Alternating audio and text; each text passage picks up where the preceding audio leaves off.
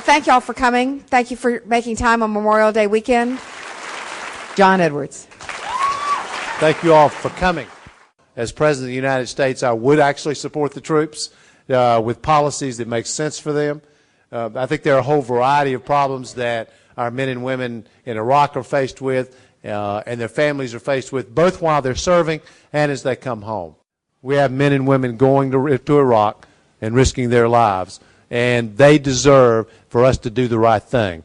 This is, I believe, the greatest responsibility of the next President of the United States. We have lots of them, but this is the first and foremost responsibility. The reason is, unless and until America once again has the authority to lead, the moral authority to lead in addition to the strength, then what's going to happen is the world's going to be an incredibly chaotic place. When you think about this, the president of Iran is trying to get nuclear weapons. Kim Jong-il, North Korea, is trying to move forward, or at least has been, on nuclear weapons and missiles. You know, they're going to continue to be crises after crises after crises. Here's the question. When these dangerous crises arise, will there be one place around which the world can rally? Will there be somebody leading the world to a joint response and a responsible response? That depends entirely on whether America has the moral authority to lead.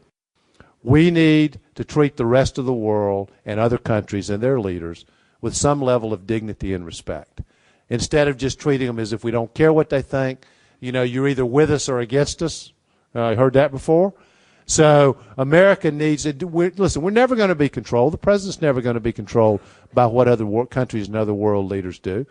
But treating them with respect, talking to them, listening to what they have to say respectfully is a very valuable thing. And we can also use international institutions to do that, the UN, NATO.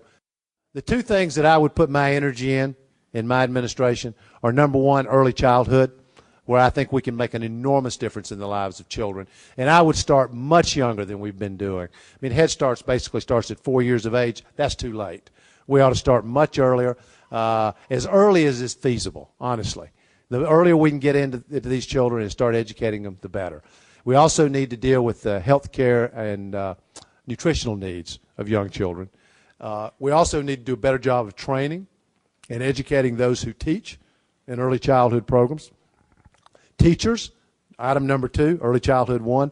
Teachers, number 2, we've got to improve base pay for teachers nationwide so that we can recruit good teachers and keep good teachers. I think we need comprehensive immigration reform in this country, and I think there are 3 components of it. One is much better security on our southern border. We can't keep doing what's happening there now. It's a mess. Technology, manpower, etc. I think we ought to crack down on employers who are knowingly hiring illegal immigrants and in many cases abusing them. And then third, and this goes to your question, third, I think that we shouldn't have 11 or 12 million people living here and living in the shadows and having to deal with issues like what you're raising.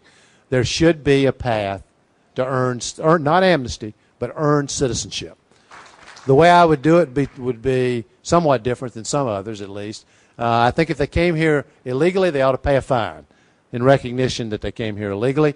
And second, and sometimes a little more controversial, I think they should learn to speak English. English is a language of commerce in this country, and they should learn to speak English. I want you to help me change this country and make it a country that we're proud of, not just today, not just tomorrow, but in the decades to come. Thank you all. Bless you for coming.